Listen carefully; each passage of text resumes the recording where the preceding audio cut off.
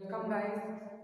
पिछली वीडियो में हमने देखा था कि टाइप्स ऑफ यूनिट सेल में हमने बात की थी सिंपल क्यूबिक यूनिट सेल के बारे में। आज हम बात करने वाले हैं body centred cubic unit cell.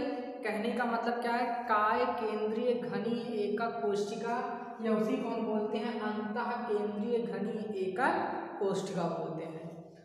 तो इसके पहले हमने आपको बताया था टाइप्स ऑफ यूनिट सेल में 4 प्रकार के यूनिट सेल की टाइप्स होती हैं, जिसमें से पहला था सिंपल क्यूबिक यूनिट सेल, दूसरा था body centred cubic unit cell, तीसरा था face centred cubic unit cell और चौथा लास्ट वन था end centred cubic unit cell.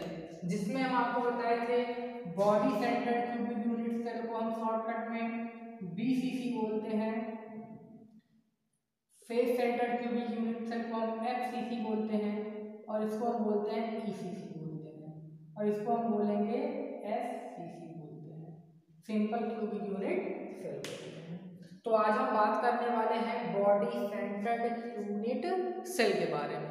सबसे पहले इसके स्ट्रक्चर की बात करते हैं, ये होता कैसे है।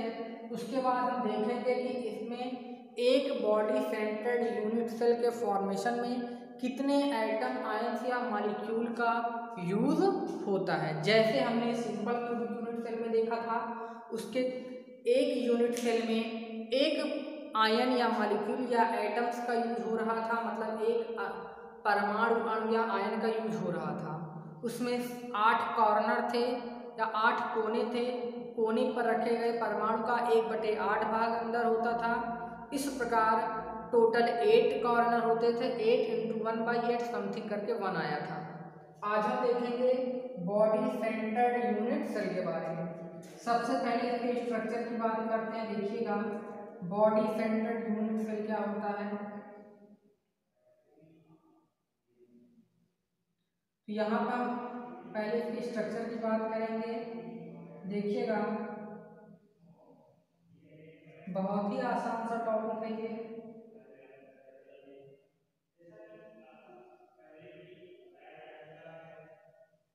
अब यहाँ पे इसको एक स्ट्रेट लाइन से क्या कर देंगे, ज्वाइन कर देंगे। तो हम देखेंगे एक यूनिट सेल मतलब एक घनी यूनिट सेल का क्या होगा, फॉर्मेशन होगा।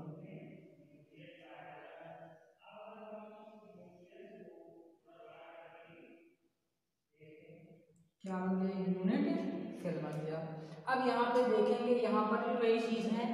पहले सिंपल क्यूबिक यूनिट सेल में क्या था, सभी एटम क्या थे, घन के या क्यूब के कोने पर थे। यहाँ पे भी वही है, सभी एटम कहाँ है, घन के क्यूब के कहाँ पे हैं, कोने पर। और आप एज्यूम करिए घन मतलब आपका रूम जहाँ पर आप बैठ के पढ़ रहे हैं, या ये क्लासरूम जहाँ पे हम आपको पढ़ा रहे हैं। दोनों ही आप देखेंगे जो रूम है उसमें 8 कोने होंगे, 4 फ्रंट पे होंगे, 4 बैक साइड में होगा। ये चारों आप देख सकते हैं 1 2 3 4। ऐसे ही सेम उस साइड में होंगे कोने 1 2 3 4 4 कितने हो जाएंगे, 8 कोने। मतलब किसी भी क्यूब में 8 कोने होंगे, ये तो कन्फर्म है। अब उन हम मान लीजिए किसी एक कोने की बात करते हैं, तो एक कोने से टच करके हम कितने, अगर हम बात करें रूम को बनाया जा सकता है, तो टोटली 8 रूम एक रूम को टच कर सकते हैं। 4 अप डाउन साइड में टच करेंगे, 1 2 3 4, इसके बाद 4 डाउन साइड और 4 उसके ऊपर वाले साइड, अगर अप साइड में अगर हम रूम को बनाते हैं वहाँ पर, मतलब टोटल 8। कहने का मतलब क्या है, इसमें भी वही चीज है, 8 एटम ऐसे हैं जो कहाँ 8 कोने पर रखे गए हैं। उन 8 कोने पर रखे गए परमाणुओं का या आयन का या मॉलिक्यूल का 1/8 भाग क्या होगा, अंदर होगा। अब प्लस क्या और कहीं पर भी इसके एटम होते हैं, तो हाँ, इसके एटम या मॉलिक्यूल जो होते हैं इस पूरे घन के या इस पूरे क्यूब के या इस पूरे रूम के एक सेंटर पे होंगे। कहाँ पे होंगे, सेंटर पे, मतलब कहाँ पे, केंद्र पर होंगे। जैसे गोले का आप जानते होंगे या वृत्त का आप जानते होंगे, स्फेयर कहने का मतलब, सर्किल कहने का मतलब उसका एक केंद्र होता है जो सारे परिधि का कहाँ पे होता है, सेंटर होता है। वैसे क्यूब का भी एक क्या होता है, सेंटर होता है। मान लीजिए हम पूरे क्यूब के अंदर कहीं पर उसका सेंटर होगा, मान लीजिए वो अंदर यहाँ पे, सपोज करते हैं यहाँ पे नहीं जा सकता, यहाँ कहीं पे है। कहने का मतलब पूरा क्यूब है, उस पूरे क्यूब के कहीं अंदर में एक उसका केंद्र होगा, उस केंद्र पर मान लीजिए क्या है, एक एटम या मॉलिक्यूल या एक आयन है। तो उस एक एटम या एक मॉलिक्यूल या एक आयन का आप देखेंगे पूरा पूरा भाग उस एक यूनिट सेल के कहाँ पे होगा, अंदर। यहाँ पे जो रखा गया परमाणु है इसका 1/8 भाग अंदर है, यहाँ पर रखे गए आयन का 1/8 भाग, यहाँ पर भी 1/8 भाग। कहने वाले जहाँ पर भी जो एटम या आयन या मॉलिक्यूल है उनका 1/8 पार्ट क्या है, एक यूनिट सेल के कहाँ पे है, अंदर है। लेकिन यहाँ पर रखे गए एटम्स का टोटल, कहने का मतलब पूरा का पूरा एक भाग कहाँ पर है या एक पार्ट कहाँ पे है, इस यूनिट सेल के कहाँ पे है, अंदर है। तो ये पूरा पूरा अंदर, इसलिए क्या लिखेंगे +1, क्योंकि यूनिट सेल के घर के केंद्र पर होगा। तो केंद्र पर जो परमाणु होगा उस यूनिट सेल के ही अंदर होगा। क्या किसी दूसरे रूम में उसका पार्टिसिपेशन है या किसी दूसरे रूम में वो कहीं कट करेगा या दूसरे रूम में पाया जाएगा, वो नहीं होगा ऐसा, वो केवल उसी रूम में होगा। इसलिए यहाँ पर टोटल भाग होगा और यहाँ पे हो जाएगा 1 + 1 = क्या हो जाएगा, 2 एटम या आयंस या मॉलिक्यूल्स इस एक यूनिट सेल के कहाँ पे होंगे, अंदर में होंगे। ठीक है भैया, तो यहाँ तक हम बात कर रहे थे इस पूरे यूनिट सेल के अंदर होंगे। तो कहने का मतलब अगर आपसे कोई पूछता है body centred cubic unit cell है क्या होता है, तो आप बताएंगे body centred cubic unit cell में 8 कॉर्नर होते हैं या कोने होते हैं।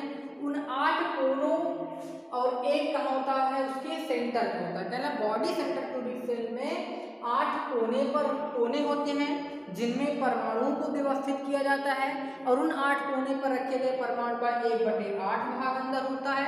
टोटल 8 कॉर्नर होते हैं, इसलिए 8 × 1/8। उसके बाद कहते हैं एक एटम या आयन एक मॉलिक्यूल ऐसा होता है जो उस पूरे घन के कहाँ पे होता है, केंद्र पर होता है। इसलिए वो पूरा का पूरा या संपूर्ण भाग उस एक यूनिट सेल के अंदर होगा, इसलिए यहाँ +1 लिया गया। टोटल कितने परमाणु होंगे या आयन या मॉलिक्यूल होंगे, 2। मतलब ये क्या है, एटम आयन या मॉलिक्यूल की संख्या कब, body centred cubic unit cell में। इसके बाद हम बात करेंगे face centred cubic unit cell की बात करेंगे। देखिएगा face centred cubic unit cell क्या होता है, जिसको हम बोलते हैं क्या कहते हैं, face centred cubic unit cell को हम बोलते हैं FCC या फलक केंद्रित घनी एকক कोशिका। देखिएगा इसमें क्या होता है, इसमें भी वही चीज है, सिंपल वाली पहली बात करेंगे कि सारे जो एटम्स होंगे वो घन के कहाँ पे होंगे, कोने पर होंगे। मतलब 8 कोने हैं, 8 कोनों पर एटम क्या होंगे, व्यवस्थित होंगे। और साथ ही साथ कहते हैं फलक के केंद्र पर होते हैं। कहाँ पे होते हैं भैया, फलक के केंद्र। फलक कहने का मतलब क्या होता है और उसके केंद्र की बात करेंगे। देखिएगा फलक मतलब होता है फेस, यहाँ पे आप समझ रहे लिखा भी है क्या, फेस। फेस कहने का मतलब आप समझिए एज लाइक का दीवार, कितने दीवार एक रूम से बनी होती है, कितनी दीवारें एक रूम में पाई जाती है। फेस मतलब जैसे ये एक हमारा पूरा क्या हो गया, ये एक क्या है, फेस है। इसके सामने वाला क्या है, एक फेस है।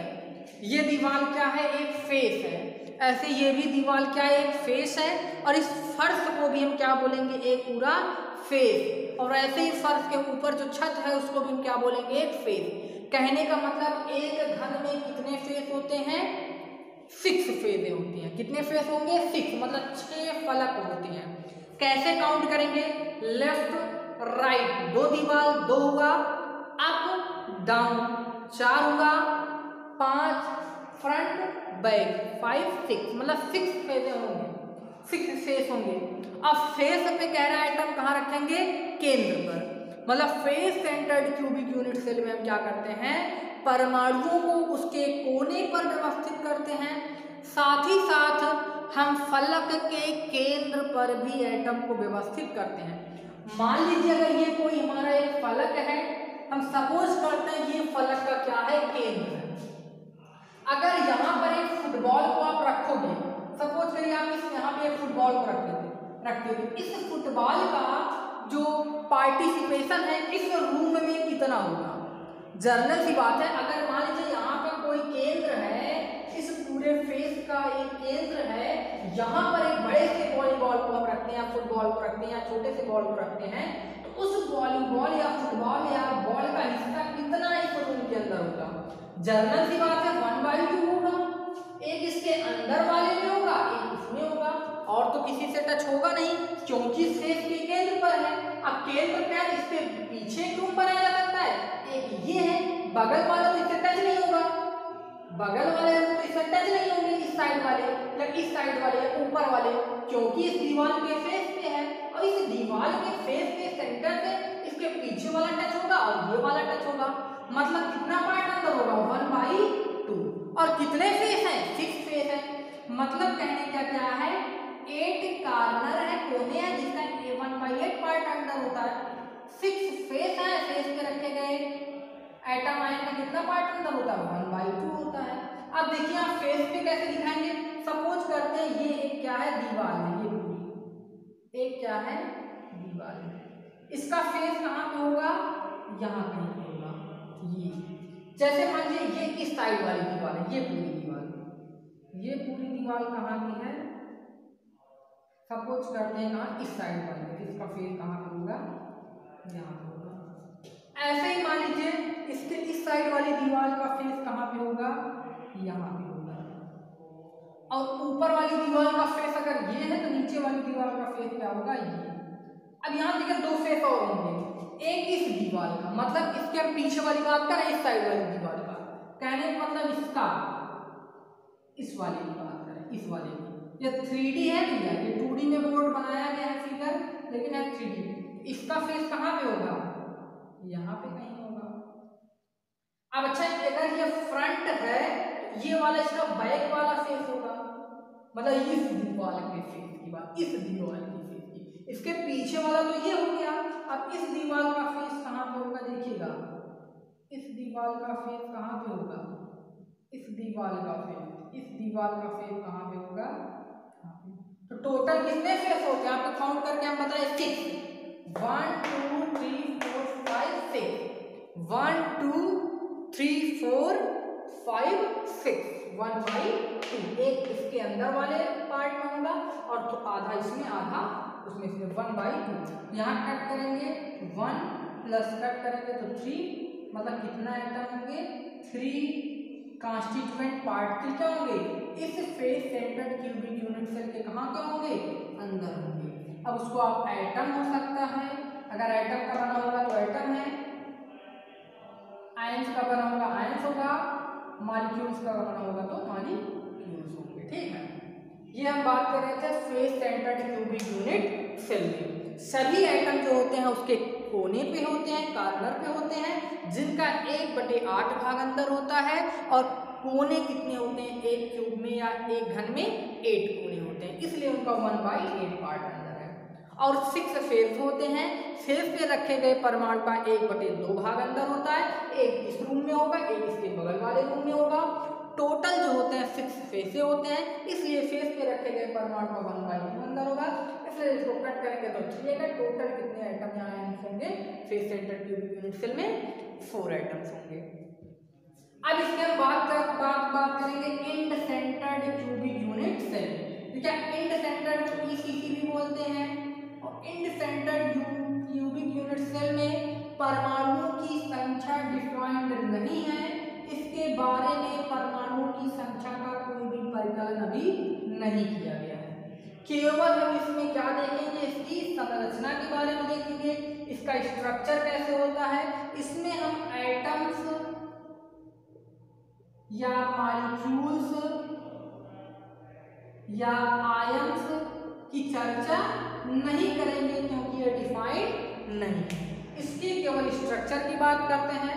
इसके स्ट्रक्चर में भी वही चीज है, सेम वही चीज है कि सिंपल वाली कि सभी जो होंगे कहाँ होंगे, उसके कॉर्नर, एक घन के कोनों पर सारे एटम व्यवस्थित होंगे, और साथ ही अब कितने पार्ट अंदर होता है इसके बारे में यहाँ पे कोई वर्णन नहीं किया गया। आप जानते भले होंगे 1/8 है, लेकिन यहाँ पे इसका कोई डिफाइन नहीं किया गया है। तो याद रखिएगा face end centred cubic unit cell में हम एटम्स या आयन या मॉलिक्यूल का पार्टिसिपेशन की बात नहीं करते हैं, कितने एटम से मिलकर बना होता है इसकी कोई बात नहीं करते हैं, हम केवल इसके स्ट्रक्चर की बात करते हैं। स्ट्रक्चर कहते हैं सिंपल क्यूबिक यूनिट सेल के अनुसार होता है कि सभी एटम घन के कहाँ पे होते हैं, कोने पर होते हैं, और 8 कोने हैं तो 8 एटम कहाँ इसके कहाँ पे व्यवस्थित होंगे, कोने पर।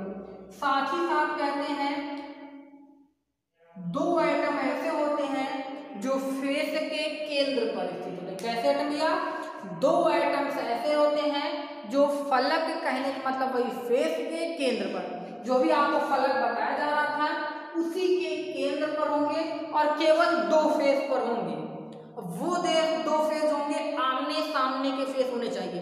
अगर ऊपर वाली बात करेंगे तो नीचे वाले में होगा और ऊपर वाले में। इस साइड की बात करेंगे तो एक फेस के इधर केंद्र पर, एक फेस के इधर केंद्र पर।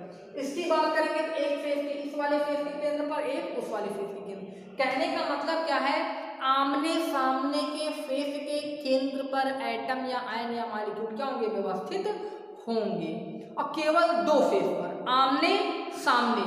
6 फलक होते हैं लेकिन उन 6 फलकों में केवल 2 फेस थे, कोई 2 फलक, और वो दोनों फलक क्या होने चाहिए, आमने सामने। मान लीजिए अगर एक इसकी बात करते हैं तो एक इसके नीचे वाली फेस की बात करेंगे, इसकी बात करेंगे तो इसकी बात करेंगे, इसकी बात करेंगे कहने का मतलब फ्रंट साइड के फेस की तो इसके बैक साइड, मतलब यहाँ कोई 2 फेस आमने सामने के फेस। तो यही स्ट्रक्चर किसका हो जाएगा, end centred cubic unit cell हो जाएगा। तो end centred cubic unit cell में सारे एटम घन के कोनों पर व्यवस्थित होते हैं, साथ ही साथ किन्हीं 2 फलकों के केंद्र पर व्यवस्थित होते हैं, और वो 2 फलक के जो केंद्र हैं, फेस के केंद्र हैं, वो आपस में एक दूसरे से क्या होने चाहिए, आमने सामने होने चाहिए। इसके आगे हम नेक्स्ट वीडियो में डिस्कस करेंगे।